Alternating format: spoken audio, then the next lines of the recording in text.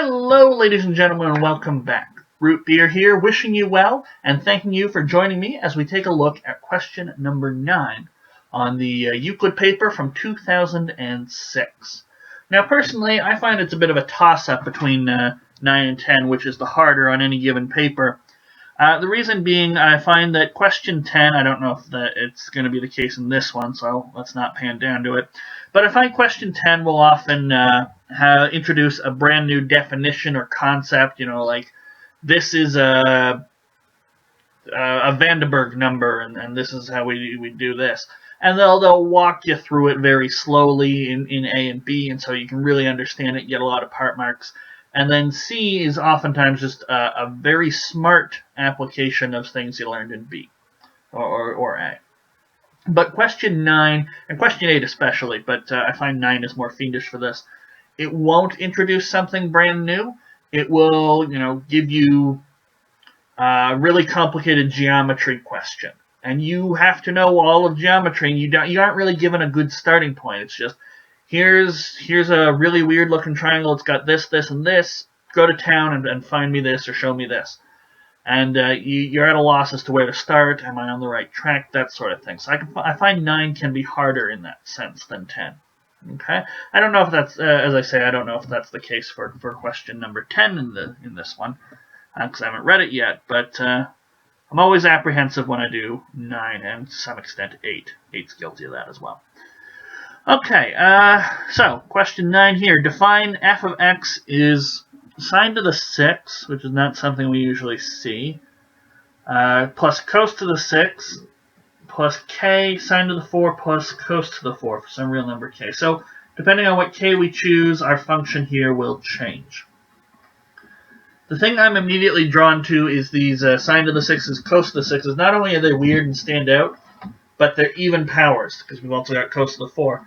And we know sine squared plus cos squared, I'm going to drop the x's, is always equal to 1, no matter what x we've got. What the heck, we'll add in the x's. Now, I see a lot of people who remember their trig and know this is the case and think that the result holds true everywhere. This is not the case. I see some people try and prove it by saying, oh, let's square both sides. And sine squared squared is sine to the 4. Cos squared squared is cos to the 4. And 1 squared is 1. Of course, this is not how this works. If you expand this out, you get plus 2 sine cos. I'm going to drop the x's just for clarity. And you get a whole extra term that can change depending on what x you choose. Okay. So, it's something to be aware of, but I'm immediately thinking of that Pythagorean identity with my powers of 6 and powers of 4. I'm going to write out our function here, and then I haven't actually read the question, so I don't know what I'm doing with it, but I know I'm going to have to use this function, or they wouldn't be talking to me about it.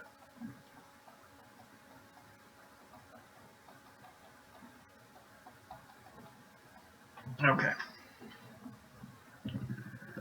Alright, A part. Determine all real numbers k for which f of x is constant for all values of x. See, this is where people would get this immediately wrong if they didn't understand what I just talked about. They would think, this part's 1, this part's 1. It's 1 plus k, that's always constant, no matter what k value. And people would be losing marks right from the get-go. So we want values of k for which this is constant. I have a feeling this will rely heavily on what is it I'm talking about? On Pascal's not Pascal, Pythagoras' identity. That sine squared plus cos squared is equal to 1. How that's going to come into this, I'm not entirely sure. That's really all they say is determine all real numbers k. I suppose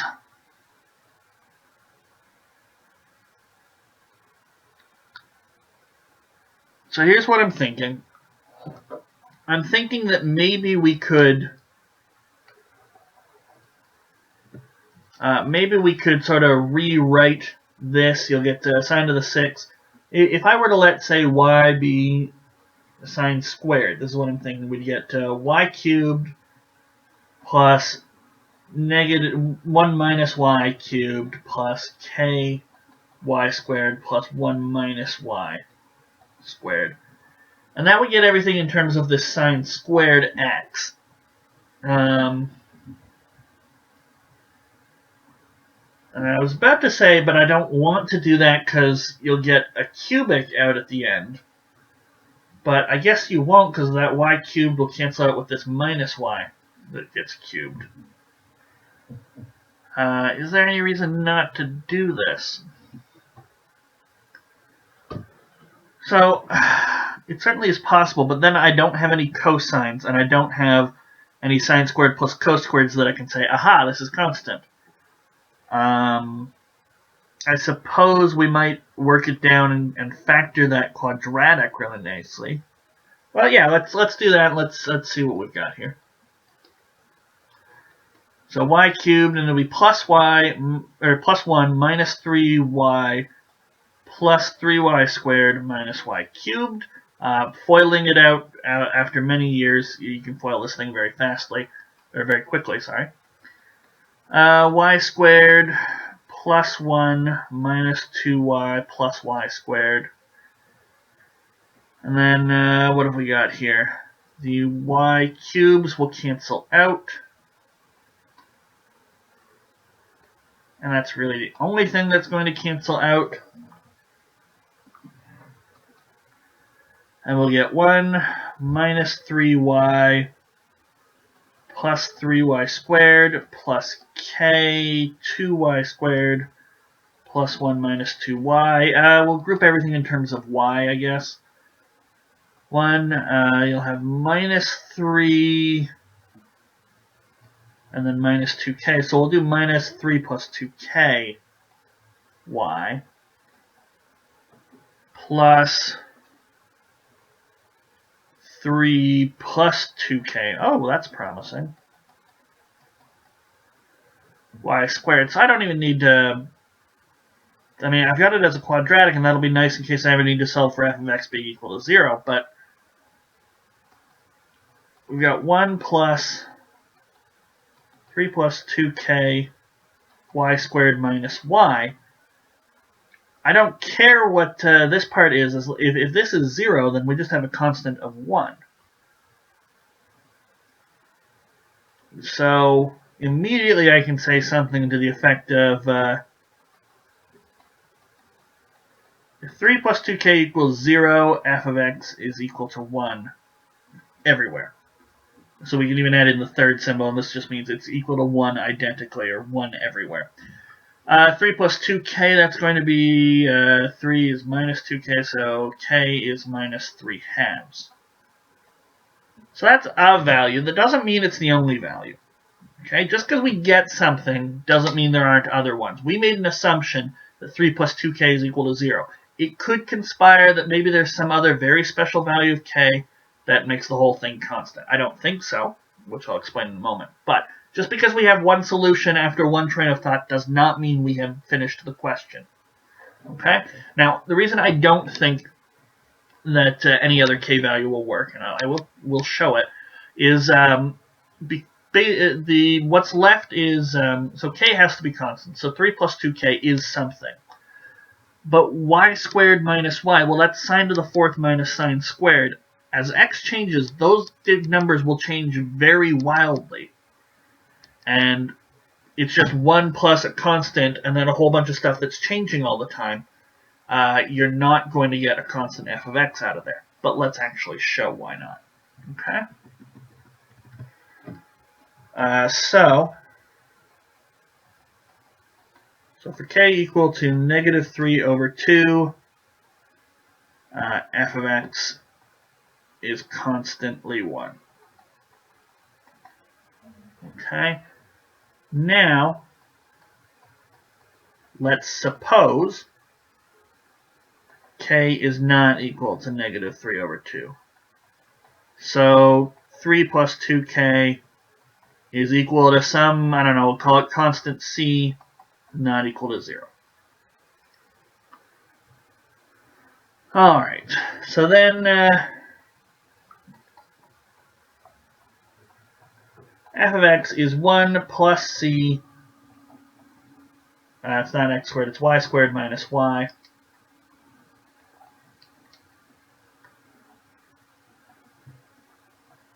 To be constant, we see y squared minus y must be constant. But of course that is, as I've said, sine to the fourth x minus sine squared x. And this is not constant. A graph would suffice, but let's just show it's not constant with two values. X equals 0 is really quick, so sine of 0 is 0, 0 to the fourth. 0 to the fourth minus 0 squared, which is 0. What's another good one? If we do sine, so both of these are technically squares, so if I choose x equal to, I don't know, pi by 4 would work just fine. Actually, really any of them would work. I say pi by 4 because I'd get a bunch of halves. We'd have root 2 over 2 to the 4 minus root 2 over 2 squared. Well, actually, if I'd need to have this be constant. If I just factor it, that doesn't matter. Anyway, root 2 to the 4 is 4 over 16, so it'll be 4 over 16 minus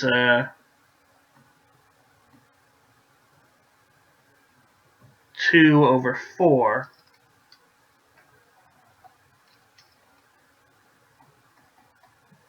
And that's 1/4 minus 1/2, negative 1/4.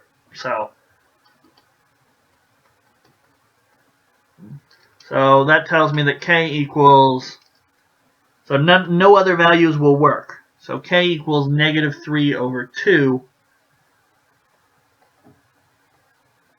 must be the only k, making f of x constant. And that wasn't so bad. Admittedly, we had to sort of say, well, gee, I want to get rid of these cosines, and we have to use our Pythagorean identity, and I did give a new name. You didn't have to rename it, but I chose to, because I think what I'm going to want to do is probably use this quadratic here at some point. I don't know that because I haven't read B and C, but it just feels like this quadratic is really, really right. Anyway, let's look at what B says, and maybe what C says. So B, if k is equal to negative 0.7, which is an odd choice for a number, determine all solutions to the equation f of x equals 0. Okay. Okay.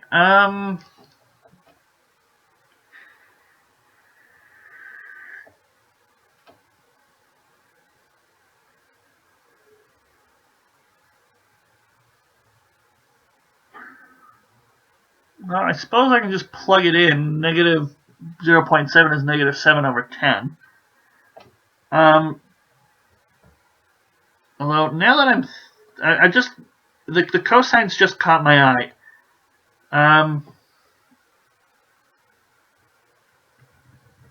If I go back here, when x is 0, I get 0. So f of x is just 1 plus c times 0.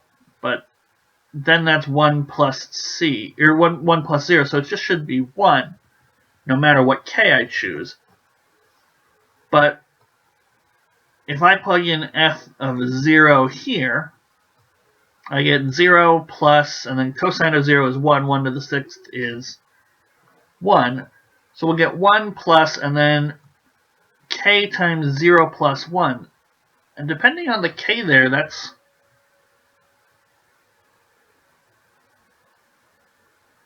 not going to be the best thing for me, because it'll be 1 plus k is my answer, not 1 constantly. So I feel like maybe I've done a part wrong.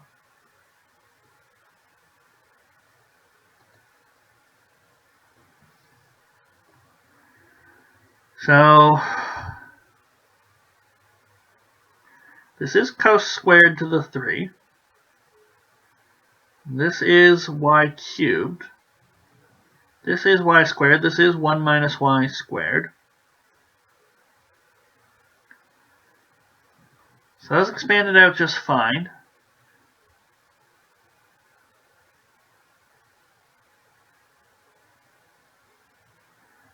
Yeah, what's going on here?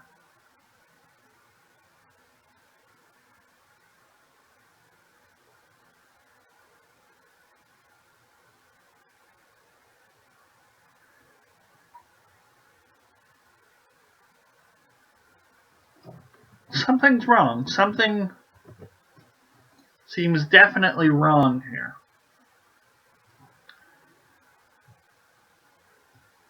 Because I'm saying f of 0 should be 1 no matter what. Right? That's what the math here is telling me. Unless... Oh, there it is. I forgot this k times plus 1. I was so wrapped up in seeing the 3 plus 2k, I forgot to include them. So 1 plus k.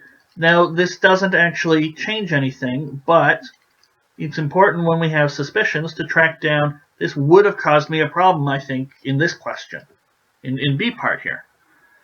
Oh, I'm glad I caught that.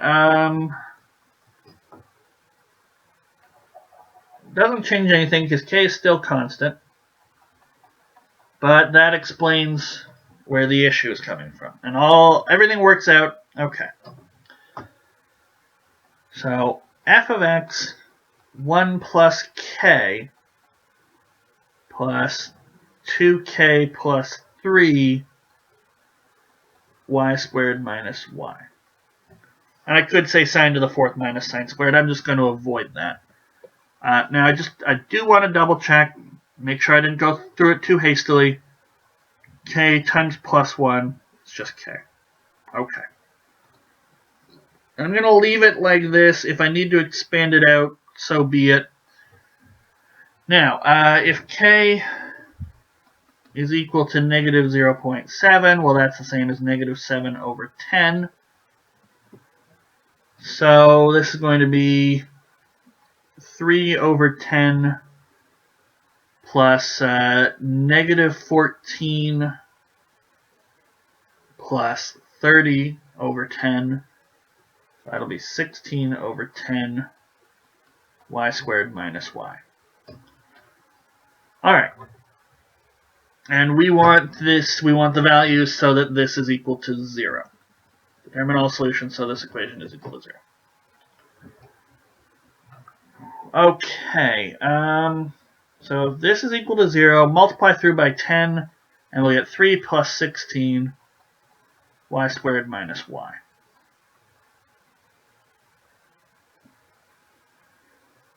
Alrighty, so and we want that to be equal to 0, so negative 3 over 16 is equal to y squared minus y. Oh, wait, no, we've got a quadratic here. Never mind. We'll expand it out like this. 3 minus 16y plus 16y squared. I don't see a very quick way to factor this, so we're just going to jump in with the quadratic formula.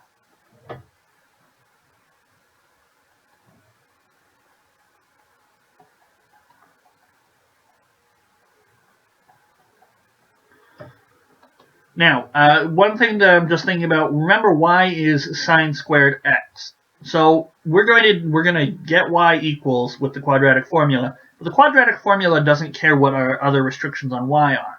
So for example, we'll have to get rid of any y that is less than 0. Right? If y can't be less than 0. That's a no-go because it's sine squared. It's something squared. That's got to be at least 0. We also know y has to be between 0 and 1, I guess is what I'm trying to say. Because sine is less than or equal to 1, and so sine squared will be less than or equal to 1 as well. So just important to remember that. So if I do all this calculation, I see y is 2, that's out. Or if I see y is negative 3, that's out. Okay? Important things to remember. So quadratic formula, negative b plus or minus square root of b squared minus 4a, I guess a was 16,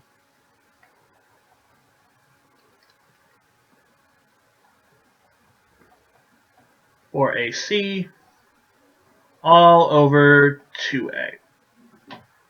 Alright, let's see what we can make of this. 16 plus or minus square root of 256, and then it'll be 64 times 3. So 192, but the difference of those is also 64. This one's 64 times 4. This one's 64 times 3. So it's just going to be 64. Which is nice, because that's a good integer to have with us. Over 2 root 16. So this is going to be 16 plus or minus 8 over 32, I guess. So this is 24 over 32. That one's okay. Or 8 over 32. So that's 3/4 or 1/4. Just dividing top and bottom by 8. So those are the y's that we can have. Now y is equal to sine squared x. So we have 3 over 4 or 1 over 4. So sine of x is root 3 over 2, or negative root 3 over 2, or 1 over 2, or negative 1 over 2. And this makes sense. When this is the value of sine, then this one's the value of cos, for example. And that makes sense because there's no reason we had to solve for sine. We could have said y is equal to cos squared, and we would have gotten the exact same formula. The whole thing would have been symmetric. So this does make a certain kind of sense here. So those are our sines and our x values. Determine all solutions. Okay. So we get sine is root 3 over 2 when they probably want it in radians, so this is pi by 3. Negative pi by 3 or 2 pi by 3. This occurs when we have 4 pi by 3 or 5 pi by 3. Is that no, that's not correct. What am I talking about here? Okay, we'll come back to that one. Sine, no, it should be negative pi by 3, which is, yeah, it's 5 pi by 3. 4 pi by 3. Yeah, okay. 1/2 is pi by 6 or 5 pi by 6. Negative 1/2 is 7 pi by 6 or 11 pi by 6.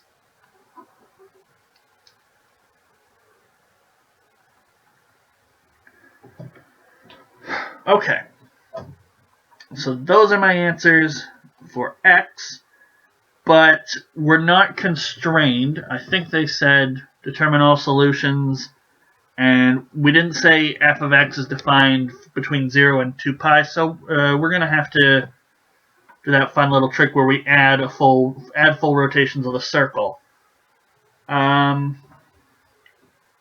So what have we got here?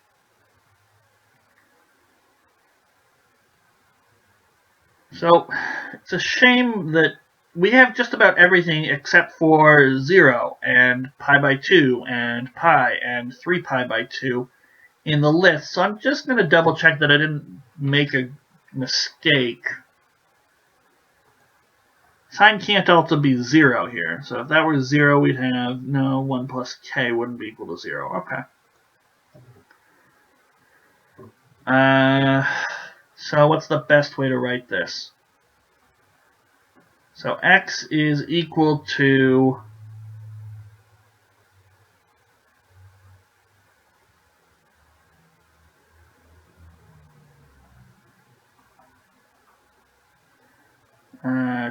2 pi n, or 2 pi by 3 plus 2 pi by n. I was trying to do it with an over 6, but it's really not. So x is equal to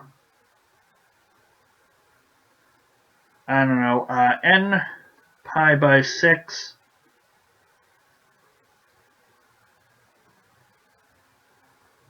for any integer n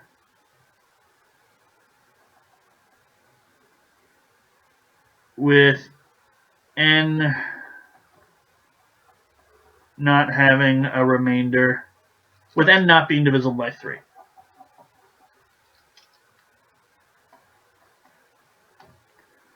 I think that might be the simplest way to say it. Because this one is 2 pi by 6, and this one is 4 pi by 6, and this is 10 pi by 6, and this is 8 pi by 6. So we really have everything except 0 pi by 6, 3 pi by 6, 6 pi by 6, and 12 pi by 6. Oh, and 9 pi by 6. And then we just keep adding on 2 pi's, which would be adding on 12 pi, which wouldn't change the divisibility by n. So I'm going to say that that's my answer. And I think that's the quickest way to write it. There are lots of ways. I mean, you could just take each one of these and add on plus 2 pi n for any integer n. I like my faster way of writing it. That's my answer for B. And now let's take a look at C. Determine all real values k for which there exists a real number c so that it's good that we used real numbers instead of just numbers between 0 and 2 pi. Determine all real numbers k for which there exists a real number c such that f of c is equal to 0. Okay. So, we want 0 to be f of x. So we want to solve this. We want to make sure this has solutions. Got 1 plus k, and then 2k plus 3.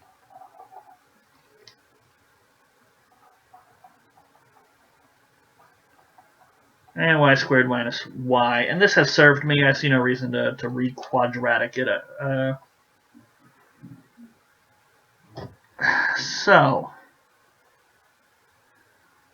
I think we're going to have to quadratic formula the whole thing, but that's okay because we've got it set up very nicely to do that. 2k plus 3, and we get y squared. All right, so y equals negative b plus or minus square root of b squared 2 times 2 times 3 is 12 minus 4ac all over 2a. Now, it really makes me want to divide by 2k plus 3 everywhere. I will at least say that this is 1/2. I'm going to say k cannot be equal to negative 3 over 2 by part A. F of x would be identically. I guess it wouldn't be a half. Did I say, or not 1? Did I say it would be identically 1 somewhere?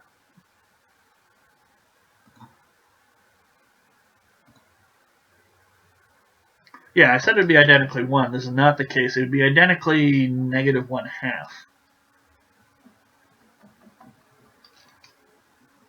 So it's good that I changed that because I caught my 1 plus k mistake. I'm sure somebody noticed that well before I did. But the point is, when it's the constant 1, we'll never have a solution. We'll never have a 0. But now I can divide by 2k plus 3.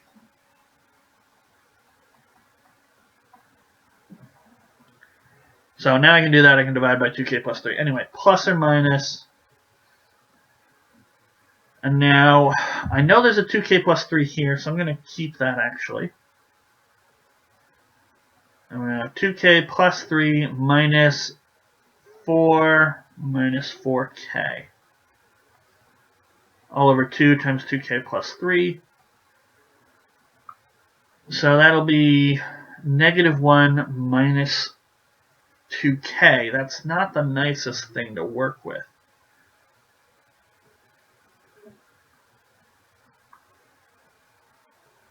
So we want what?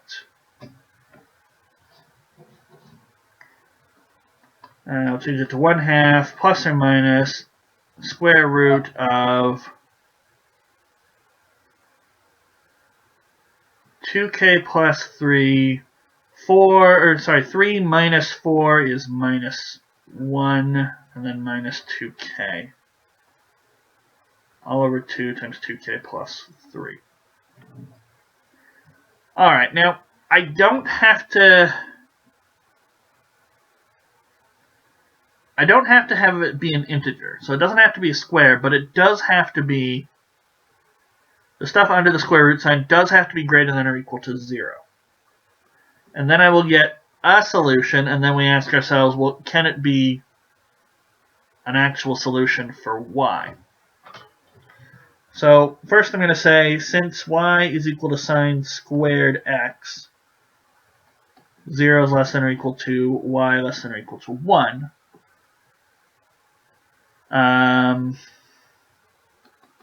therefore,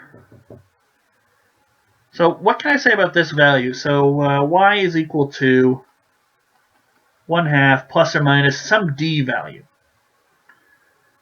Well, 0 less than or equal to 1/2 plus or minus that d value means that negative 1/2,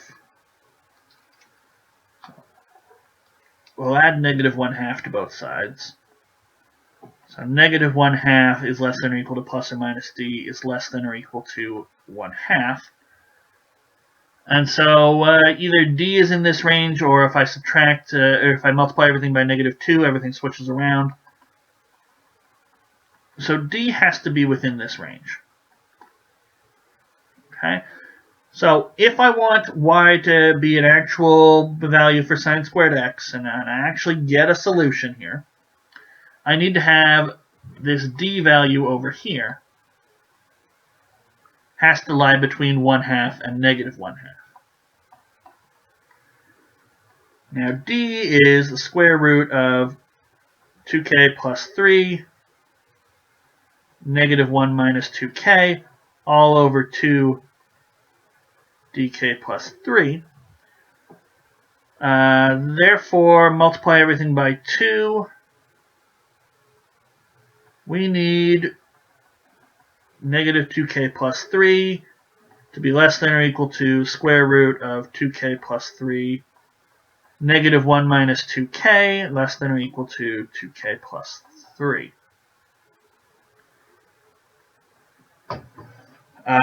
Square both sides, then this guy will go away.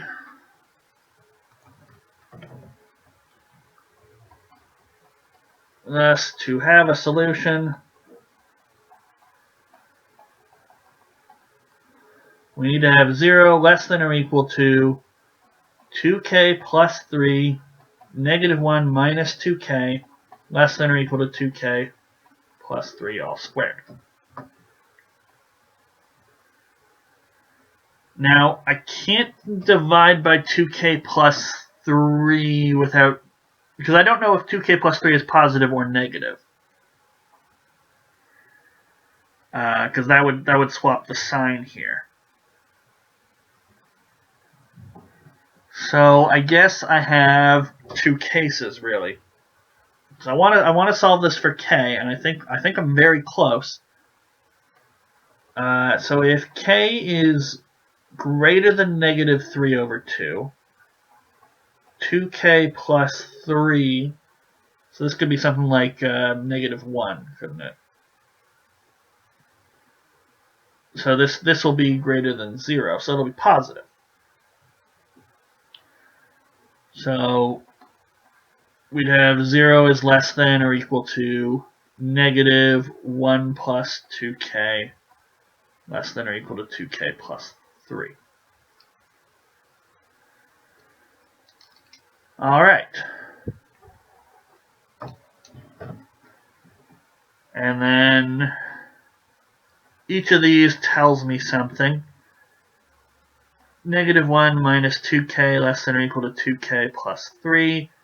I would bring the 3 over. Negative 4 is less than or equal to 4k. So negative 1 is less than or equal to k. Well, hey, that's okay because we've got k is greater than negative 3 over 2 here. And this one would tell me 0 less than or equal to negative 1 minus 2k. So 1 is less than or equal to negative 2k. So negative 1/2 is less than... Oh, no. Sign switches around because it's negative. So, therefore, putting these two together, and it still agrees with this, we'd have k is between negative 1 and negative 1/2. Okay, so that's a list of k values, or a range of k values that will work.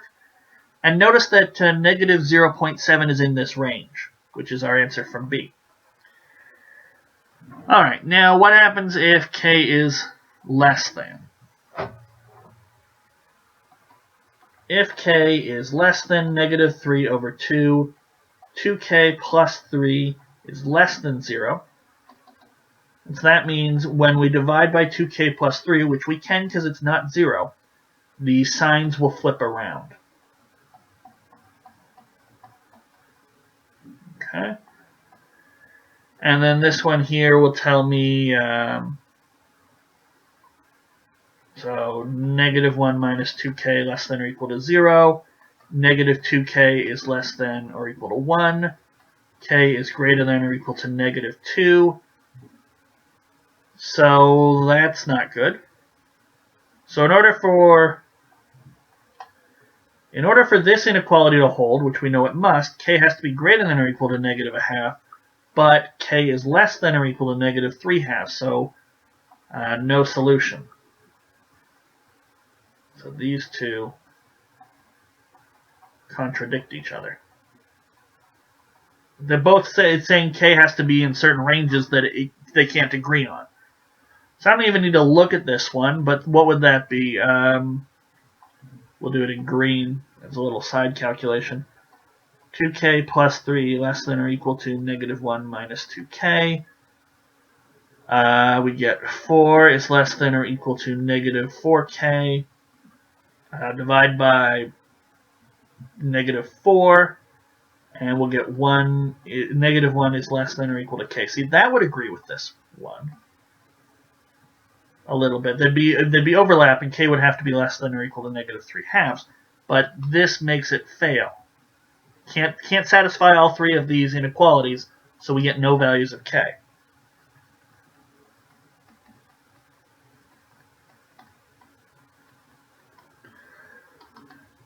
So that really tells me that only the values of k I worked out on the previous page will give me anything. So negative 1 less than or equal to k less than or equal to negative 1/2.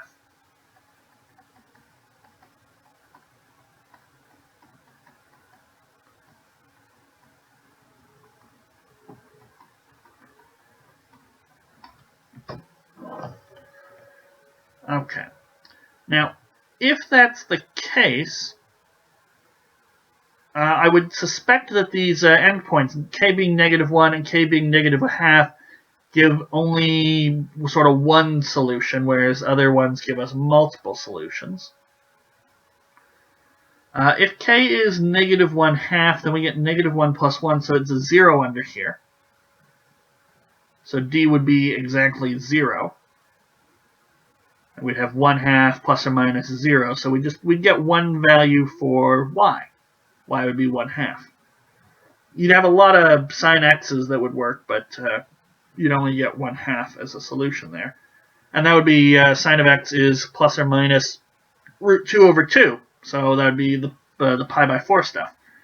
If k is equal to negative 1/2, however, then we get negative 1 plus 2, which is 1.